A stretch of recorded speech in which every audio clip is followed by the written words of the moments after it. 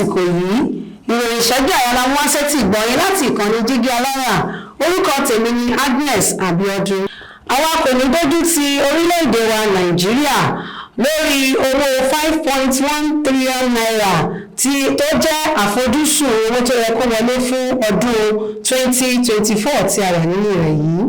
Àwọn òṣìṣẹ́ aṣọ́bodè ló sọ bẹ́ẹ̀. Àwọn ọ̀nà tí orílẹ̀-èdè Nàìjíríà lè fi dẹ́kun bíba páìpù epo jẹ́ àti jíjí epo rọ̀bì wà, ọ̀jọ̀gbọ́n kan ló ṣàlàyé ẹ̀ nínú national economy. Mínísítà fún ọ̀rọ̀ abẹ́lé ti ṣe ìjẹ́rìísí ìfilọ́lẹ̀ àwọn ohun èlò fún ìwé ìrìnnà sí òkè òkun ti aládàáṣe tí ó bẹ̀rẹ̀ ní ọjọ́ kẹjọ oṣù kìíní ọdún 2024 ọjọ́ ìṣẹ́gun Tuesday ọjọ́ kẹsàn-án oṣù kìíní ọdún 2024 ní àáfàá àgbà ilẹ̀ Ìbàdàn Sheikh Abdulfatai Buhari alága jáde láyé lẹ́yìn 100 ọdún. Gómìnà ìpínlẹ̀ Ọ̀ṣun Sẹ́nitọ̀ Adémọ́lá Adélékè ti kìlọ̀ fún gbogbo àwọn tó yàn sípò òṣèlú láti ṣọ́ra ṣe o nítorí kò ní sáyè fún ẹnikẹ́ni lára wọn láti ṣi agbára lò.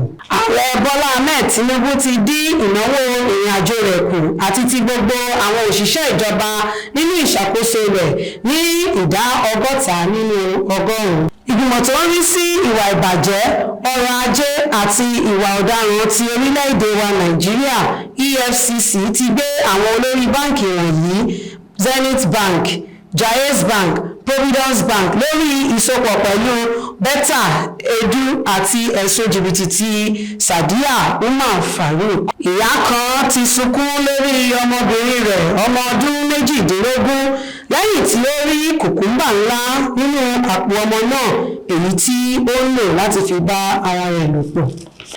Àwọn afurasí agbébọn pa èèyàn 7 ní ọjọ́ keje oṣù kìíní ọdún 2024 ní agbègbè Lógbò ní ìpínlẹ̀ Pelu.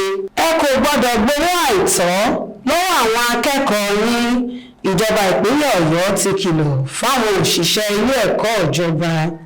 Gómìnà ìpínlẹ̀ Kogi Alhaji Yahaya Bello ti tú ìgbìmọ̀ aláṣẹ ìpínlẹ̀ náà ká ó sì rọ àwọn olórí àjọ kọ̀ọ̀kan lóyè.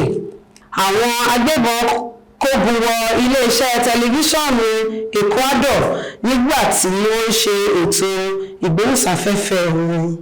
Ó kéré tán àwọn olùgbé ìpínlẹ̀ Borno 6 ní Boko Haram pa tí àwọn 4 sì farapa ní agbègbè Bakassi. Mínísítà fún iṣẹ́ Sẹ́nitọ̀ David Umahi ti ṣàlàyé pé àwọn ọ̀nà mìíràn ní àfikún sí àwọn ẹnubodè owó ni yóò di gbígbé kalẹ̀ nínú ọdún 2024. Àwọn aṣòfin ní ìpínlẹ̀ Rivers ti pàṣẹ fún Fubara láti tún ètò ìṣúná 2024 ṣe. Sẹ́nitọ̀ Ekoko ṣe àlàyé bí àwọn ọ̀daràn ṣe kọlù ní ilé ìjọba ní ọjọ́ Ìṣẹ́gun. Kò ní jù báyìí lọ lórí ìròyìn ìṣẹ́jú àyà fún ti tòní. Lẹ́ẹ̀kan sí orúkọ tèmi ni Agnes Abiodun. Ẹ máa yáṣẹ́.